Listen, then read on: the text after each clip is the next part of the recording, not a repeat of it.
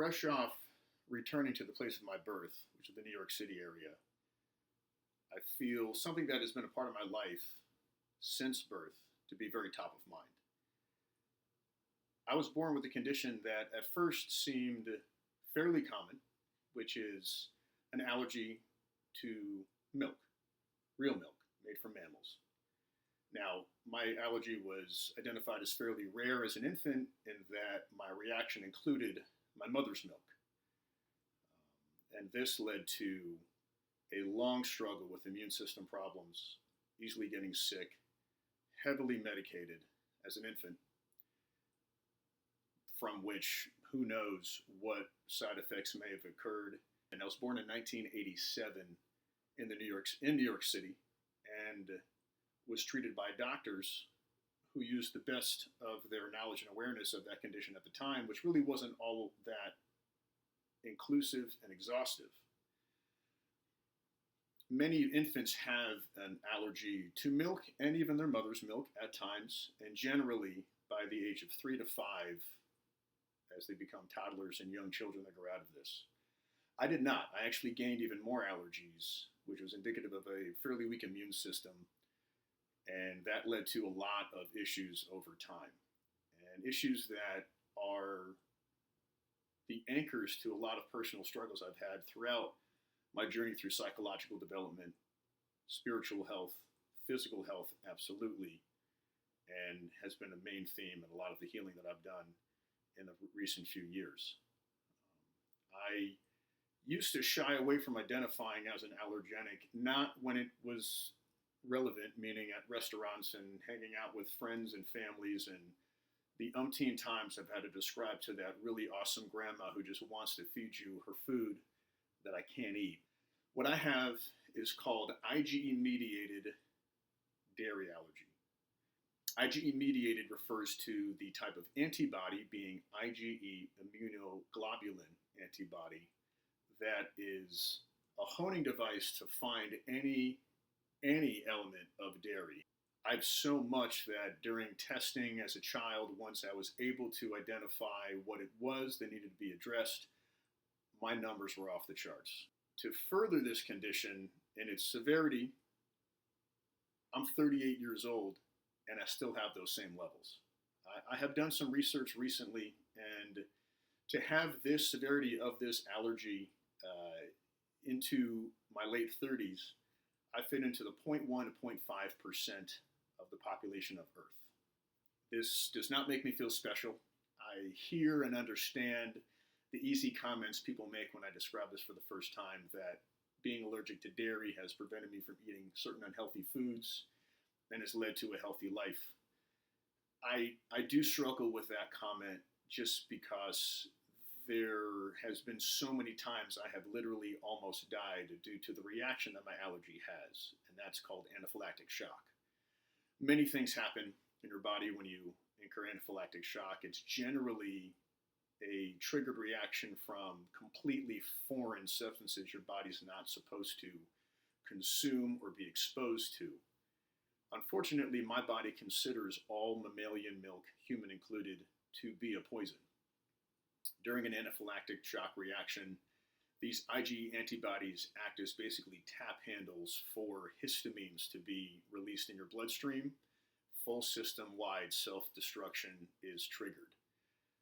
The worst symptom of which, you cannot see this from the outside, but your throat swells shut, which, if left untreated, would lead to self-suffocation and death.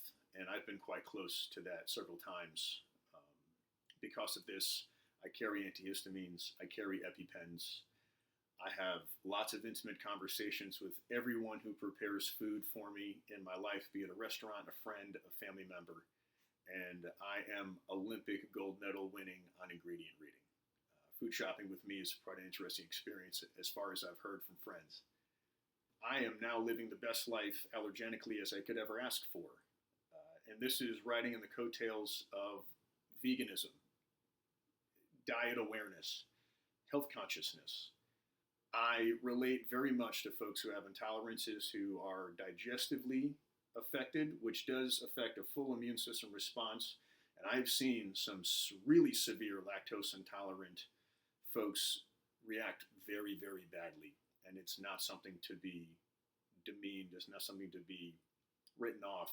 I did learn to cook very well because of this, and I consider one of the biggest joys in my life to be feeding others in a dairy-free way to show that my life is not as limited as some folks may think. I remember a time in my life when the word allergy was used very inappropriately, meaning just for a preference of not wanting to eat a certain vegetable, a certain type of seasoning, etc. And at that time, there was anger in me regarding that because I had not really dealt with the ownership of my identity through this condition. It actually is something that has caused me a lot of pain in refusing. And when you refuse something that is genetically insurmountable, it perpetuates pain to a depth that is very hard to describe, and it's taken a lot of work to excavate deep enough to go ahead and deal with that. This is not a condition that I inherited from anyone in my family. There are people in my family who have intolerances, gastrointestinal issues. There's some small allergies that are very severe. However, none of them result in the same type of reaction as mine, and I'm happy for that. I do not wish this upon anybody, but I do not feel burdened by this condition. I did used to feel burdened by this condition. The offshoot topics that this has created for me to become very curious about, for me to master, for me to really surrender to within me, are quite multiplicitous. I was different in a way that was very hard to understand. I think my differences are far outside of my allergies, and that's not to be cursory with using that word. However, as a child growing up, going to birthday parties was very difficult.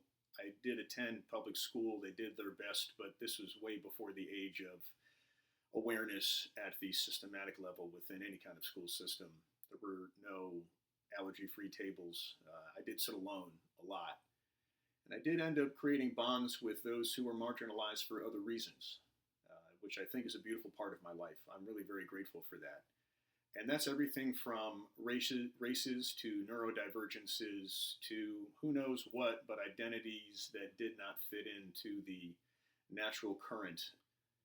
I attribute almost all of my communication and social skills to my allergy, in that it truly was 100% required for me to be able to communicate this very clearly, but also in a way that can be received by others gracefully, without fear, in order for me to survive, in order for me to be able to fulfill my very deep burning desire that I was born with to wander, to explore, to experience, and to grow. The layer of independence that we all really, really strive for in our lives, to whatever degree. Mine is quite high. Being independent is extremely important to me. That was a very difficult thing for me to achieve in my life. There's many other reasons why independence was also a struggle unrelated to my allergy. But no matter what, every time I hit an obstacle or a sense of being constricted or confined, my whole psychology, my brain, my internal experience goes back to painful moments of my childhood. This is something that is internal. This is something that I had so much help with as a child. My family absolutely did the most they possibly could to allow me to have somewhat of a normal life. And that's a beautiful thing. I wouldn't take any minute of that back. My mother used to get dairy-free candy that I would trade with her after going trick-or-treating, because 75% of what I received, I couldn't eat. It literally would kill me. And she was such a beautiful person for getting all the candies that I could eat, and she was a stickler with the negotiations for peanut butter, Reese's peanut butter cups in particular, and I loved it every time. I couldn't wait to finish trick-or-treating, to go and see what I could trade out for so I could have some semblance of normalcy. What I learned is something that seems so insurmountable as a health condition that affects every time you put food in your mouth, which is the basis of being communal in the human race. Even that can be surmounted by finding love and showing up with love in this world.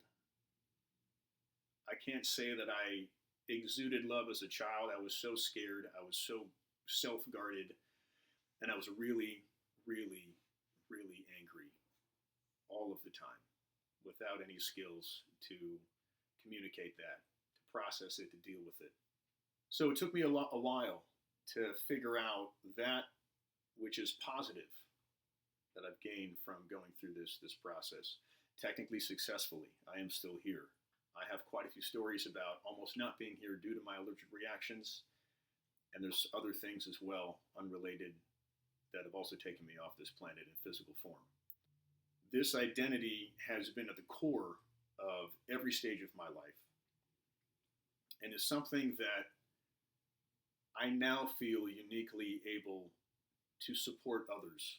Being so sick as a kid and being so scared of the most basic need also being the end of me created both an awareness of how it is to be so very different, unchangeably so, and to deal with childhood illness. I was sick a lot. I felt like I was always sicker than everybody because of this condition that I considered a weakness, not an attribute. And for that reason, I relate very well, I feel like on a deep level, to those who don't generally fit, to those who think differently, to those who are the minority amongst the crowd, to those who have a different opinion within a conversation that just is trying to be heard. I process behind the surface in my interactions with people very effectively and very deeply, because at the end of the day, my primal instinct was always to survive. And I was basically trained in the fight or flight nervous system phase from my infancy to be able to go ahead and make sure that I lived another day, got through another meal. The warrior mentality that I was given is not necessarily a healthy thing to have all the time, and I've directly done work on that in therapy and in spiritual healing. And I can say with pride that I have succeeded, taking many steps on that road. There's still more to go. Having an awareness of a multiplicity of identities, conditions, life experiences, and overall being other than, I have felt a calling in me to support and embrace and guide those who don't find a home in their moment and time and place that they are in very readily. For those who see something unchangeable about themselves as the problem in their life. For those who want to change the unchangeable. I can't say that I wouldn't sign up for a life without this allergy. For a very long time in my life, if I was able to make a wish, I was trying to wish this allergy away. I don't make that wish anymore because it doesn't matter. I don't need to be the same as others in that way. It seemed all-encompassing as a kid. I just seemed impossible to relate to be a participant with. I was sent to the nurse's office just because they were having a pizza party in my classrooms. It destroyed me. It led to a lot of pain. Those were the moments that I was wishing my allergy away, and at the same time I was wishing my identity away before I was even really able to develop it. And in that, there lies true pain. So for this reason, I intentionally communicate with this experience, with this informed work that I've done, to be able to not only make sure I survive, but to look past the surface of my experiences, my interactions of other people, to be able to embrace a little bit more than just what's being presented on the outside, and maybe understand why that presentation may be as such. I was a quiet, I was a shy, I was an angry kid, I was a sad kid. It was a peaceful presentation on the outside, but there was none inside of me.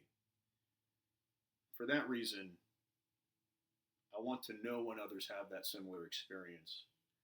I want to be able to relate to others in the way I felt so unrelatable for all of my life up until the past couple of years, to be able to see a home within somebody and make them look at that within themselves as well.